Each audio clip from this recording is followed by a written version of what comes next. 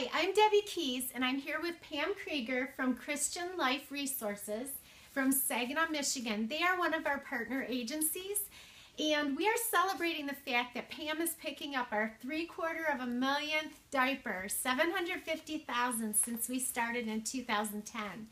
Pam, can you tell us how the Diaper Alliance has affected your ministry as well as your clients that you serve? Oh, it's been such a blessing, Debbie. At the Pregnancy Counseling Center, before we partnered with the Diaper Alliance, we were only able to give out 10 diapers per child per month. But with your help in our first year of partnership, we doubled that to 20 diapers per child per month. And in 2015, we hope to double that to 40 diapers per child per month.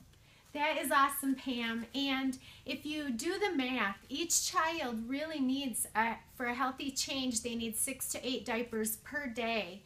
So we really need to do better than we're doing this year, and we're hoping to double our distribution next year in 2015.